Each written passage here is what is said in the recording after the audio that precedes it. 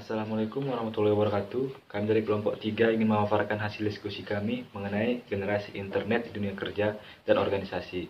Di mana kelompok ini beranggotakan saya sendiri, Ilham Nawawi, Akila Fadiyahaya, Nadila Salsabila Siregar, Indri Vanessa, dan Irfan Effendi. Nah, yang pertama, generasi internet di dunia kerja. Dunia kerja beberapa tahun terakhir sudah dimasuki oleh generasi baru, yaitu generasi Z. Sistem regenerasi ini adalah teori dari ilmu sosiologi yang membagi era generasi berdasarkan tahun kelahiran, di mana generasi Z sendiri adalah mereka yang lahir pada rentan tahun 1995 sampai 2010. Berikut adalah rangkuman sederet karakternya. Yang pertama, lebih terbuka akan banyak hal. Generasi Z memiliki keterbukaan, niat yang amat besar untuk maju, dan tingginya wawasan serta pengetahuan. Hal tersebut amat wajar karena generasi Z tumbuh di era yang memudahkan setiap manusia untuk mencari informasi akan suatu hal yang baru. Keterbukaan menjadi salah satu karakter yang diunggulkan oleh generasi Z saat memasuki dunia kerja. Yang kedua, memilih untuk bekerja sendiri. Generasi milenial kerap percaya bahwa semangat kolaborasi akan membawa perusahaan berjalan lebih baik. Berbeda dengan keyakinan tersebut, generasi Z percaya bahwa mengurangi kerja kolektif dan lebih memilih untuk mengejar eksklusivitas jauh lebih. Nah, selanjutnya yang ketiga, berharap besar pada internet. Generasi milenial boleh saja menyombongkan diri bahwa mereka merupakan generasi yang menguasai perkembangan teknologi. Namun, pada kenyataannya, mereka harus melihat bahwa kehidupan generasi Z telah ditentukan oleh internet. Selanjutnya, yang keempat, yaitu mudah mengalami demotivasi. Generasi Z merupakan generasi yang sangat mudah terkena demotivasi atau runtuhnya keinginan untuk semangat, rendahnya gairah, dan rasa keinginan besar untuk menyerah.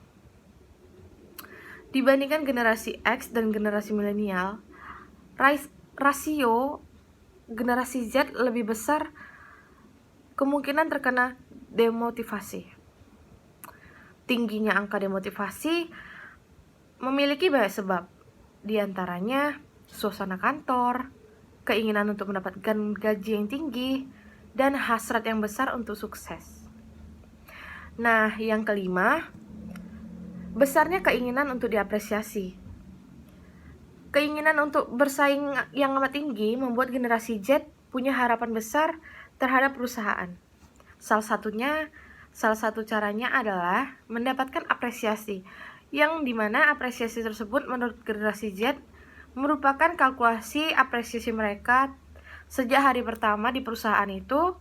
Mereka memiliki harapan untuk diberi kesempatan berkembang dan memiliki wawasan yang lebih luas.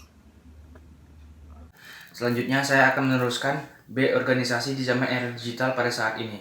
Bila perubahan lingkungan eksternal bergerak lebih cepat dibanding dengan transformasi lain yang dilakukan di dalam organisasi, maka akhir untuk organisasi tersebut sudah dekat. Demikian disampaikan oleh Gede dan Arons 2017. Mereka adalah konsultan untuk transformasi digital di Google dan Microsoft. Di era ekonomi informasi yang sekarang berjalan, telah memaksa berbagai institusi di seluruh dunia untuk melakukan transformasi digital. Kecepatan perubahan, terciptanya makna, dan meningkatnya jumlah insight yang didapatkan akan meningkatkan kemampuan perusahaan Anda dalam melakukan disrupsi pasar dan menciptakan model ekonomi bagi organisasi agar mampu lestari, sustainable, tahan akan perubahan zaman dan dinamika pasar yang terus membadai. Kemudian C. Perbedaan generasi internet di dunia kerja dan organisasi sekarang dengan sebelumnya.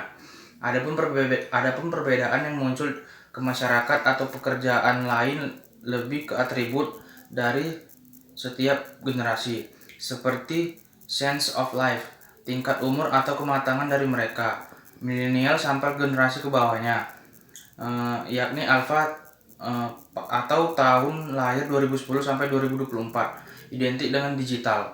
Mereka ingin semuanya digital. Mereka membutuhkan orang banyak untuk mengambil keputusan. Survei menjelaskan bahwa ini memang terjadi di sebuah generasi dan juga tergantung ke karakter orang masing-masing.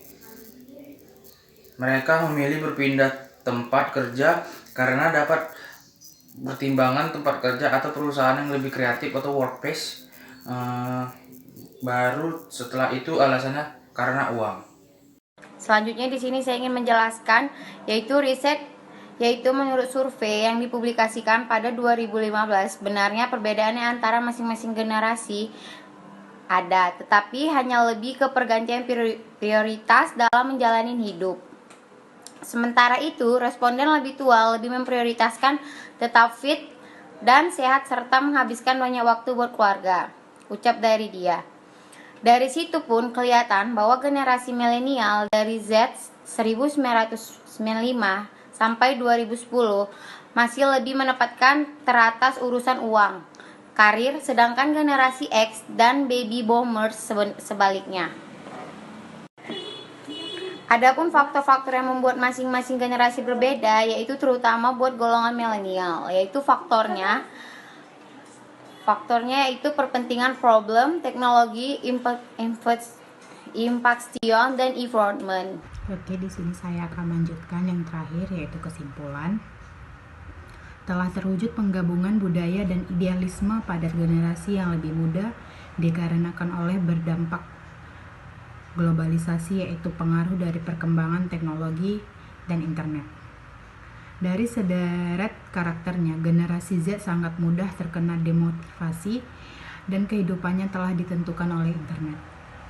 Perubahan lingkungan eksternal lebih bergerak lebih cepat, transformasi yang dilakukan dalam organisasi. Faktor utama yang membuat masing-masing generasi berbeda buat golongan milenial. Faktor tersebut yaitu parenting.